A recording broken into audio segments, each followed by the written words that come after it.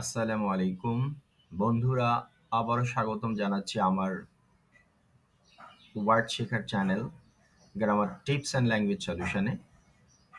আমরা বরাবর আরও একটা ভিডিও, এখানে 10টি ডাবল ওয়ার্ডস প্রোনাউন সহযোগে কিভাবে ডাবল ওয়ার্ডস নিউজ পেপার এবং আমাদের লেখার মধ্যে কথার মধ্যে ব্যবহার হতে পারে সেটি আজকে আমরা চর্চা করব, দেখব।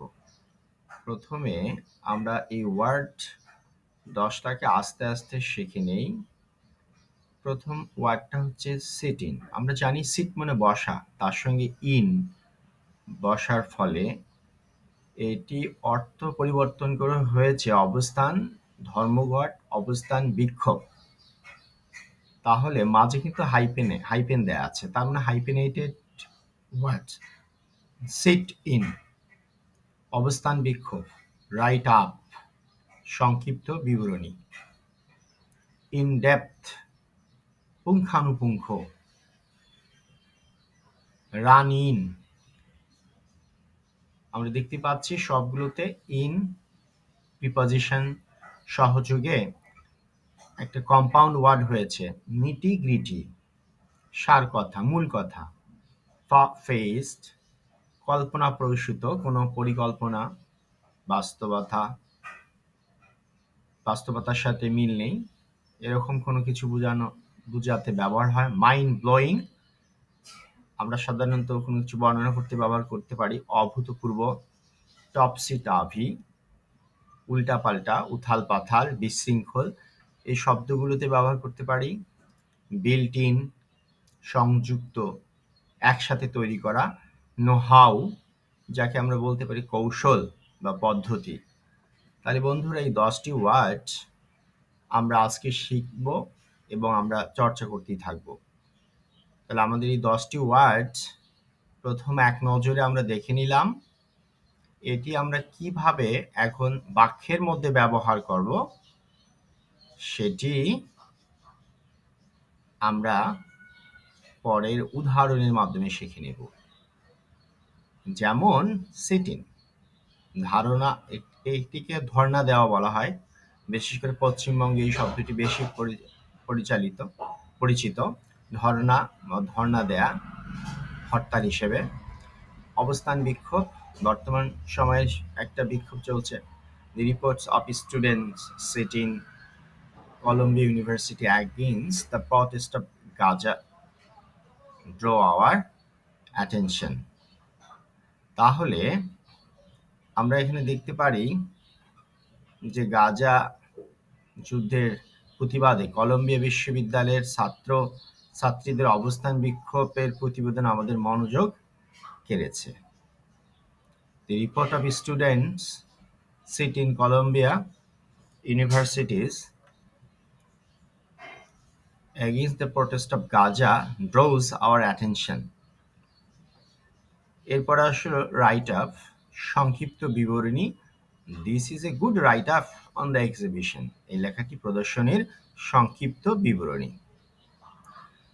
তো আমরা যখন কোনো কিছুর লেখার বিবরণী একটা প্রদান করব তখন বলতে হবে right up, this is a good right up, এটা একটা খুব ভালো লেখা, সংক্ষিপ্ত বিবরণী।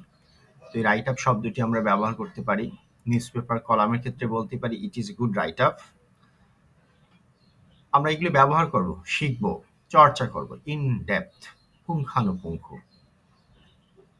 একটু গভীরে, বিশ্লেষণধর্মী লেখা। The journalist keep the in depth analysis of Israel and Hamas conflict, সাংবাদিক ইসরায়েল ও হামাসের যুদ্ধের পুঙ্খানুপুঙ্খ বিশ্লেষণ দিলেন। আবার টক শো যদি হয়ে যায়, in depth dialogue, in depth conversation, in depth analysis. তো এই শব্দগুলো আসলে আমরা ব্যবহার করতে পারি।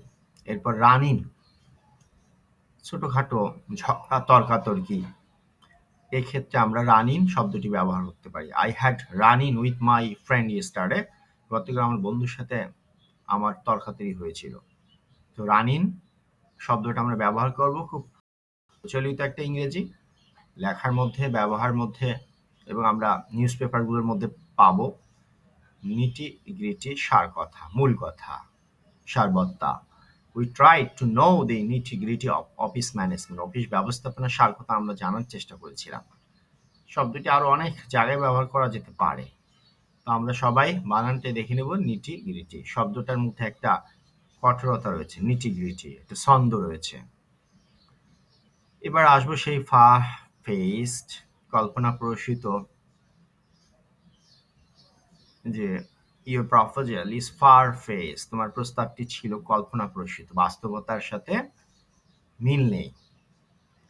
এই জাতীয় অনেক কিছু বোঝাতে আমরা ব্যবহার করতে far fetched decisions, far fetched plan, the far fetched project, এই জাতীয় শব্দগুলো আমরা ব্যবহার করতে পারি।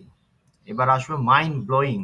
আমরা এই শব্দটি ব্যবহার করতে পারবো এবং আমাদের শুনতে খুব ভালো লাগবে। It is a mind blowing action, it is a mind blowing scenery.